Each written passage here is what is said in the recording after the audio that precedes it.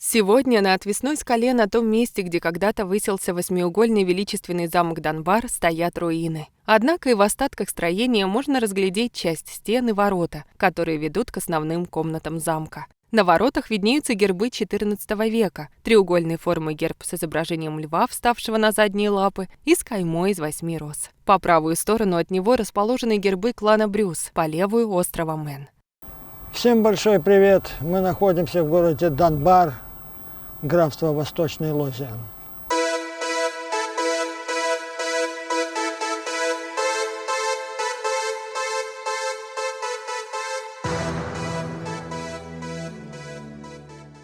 Несколько башен стоят настолько низко, что кажется, будто они выстроены по кромке моря. На северо-восток от замка Данбар уходит большого размера пещера. Она была частью тюрьмы, в которой в 1515 году содержался известный поэт Шотландии Гевин Дуглас, епископ Дангельда.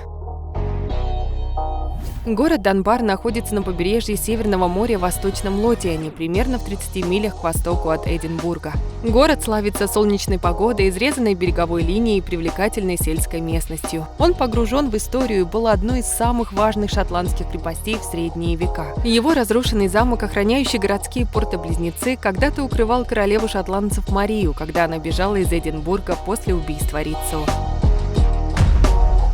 Стратегически важное расположение города сделало его ареной вражды, сражений и раздоров. Город пережил множество датских и норвежских вторжений. В 1018 году город стал частью Шотландского королевства. Замок Данбар – это уникальное древнее сооружение, которое некогда являлось важной оборонительной крепостью Шотландии, противостоящей Англии в XIII веке. Сегодня от замка остались лишь руины, которые простираются над портом города Данбар в живописном месте в области Восточный Лотиан. Данбарский замок разрушили в XIX веке, чтобы выстроить на этом месте гавань. Однако в наши дни в это историческое место съезжается большое количество туристов и гостей.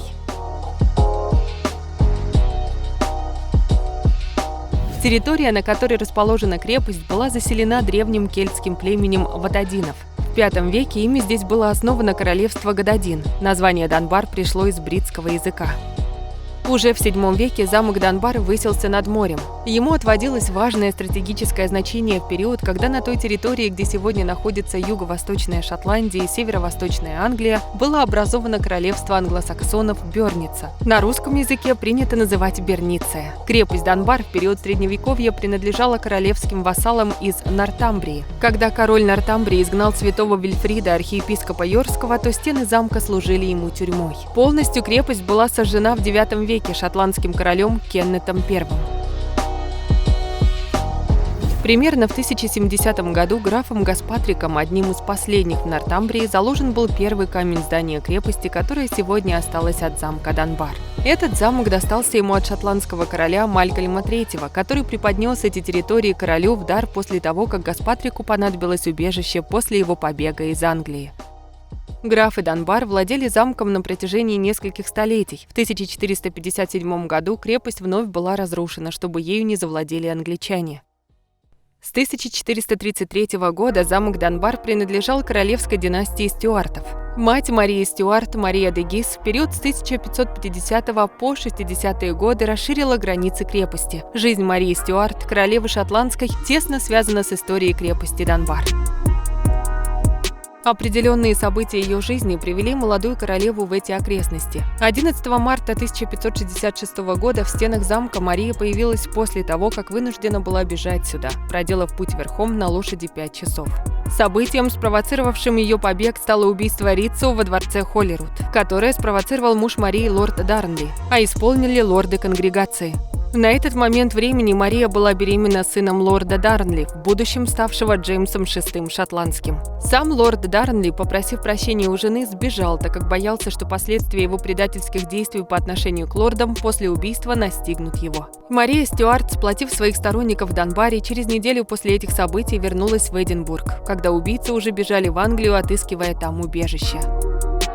Мария вернулась вновь в замок осенью 1566 года. Ботвелл привел в стены крепости Марию после того, как предположительно похитил ее 24 апреля 1567 года во время ее возвращения в Стерлинг к сыну. Бытует мнение, что в замке Данбар Мария была поставлена Ботвеллом в такое положение, когда она была вынуждена согласиться на замужество с ним, так как только этот шаг сможет спасти ее честь. 15 мая в Холлируд-хаус в Эдинбурге Мэри и Ботвелл поженились.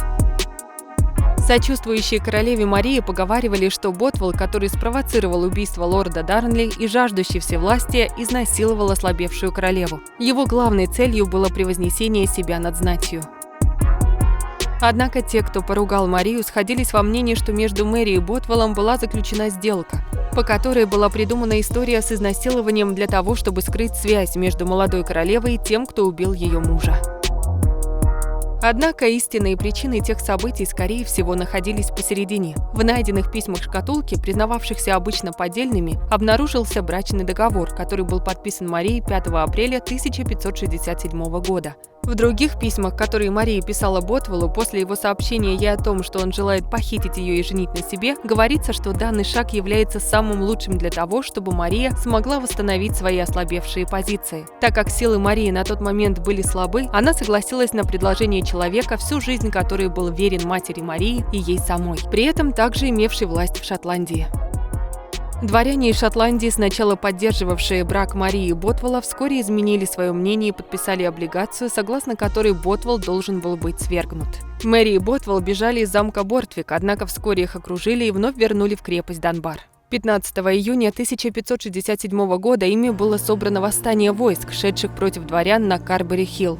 Однако результатом восстания стала не победа Марии, а ее сдача с последующим заключением в замок Лохлевин, где она провела почти год жизни. Ботвелл, оставшийся в живых в день восстания, бежал обратно в замок Данбар. В деле с Марией он не получил никакой поддержки и был вынужден отправиться в Оркни. Спустя годы он нашел свою смерть в тюрьме в Дании.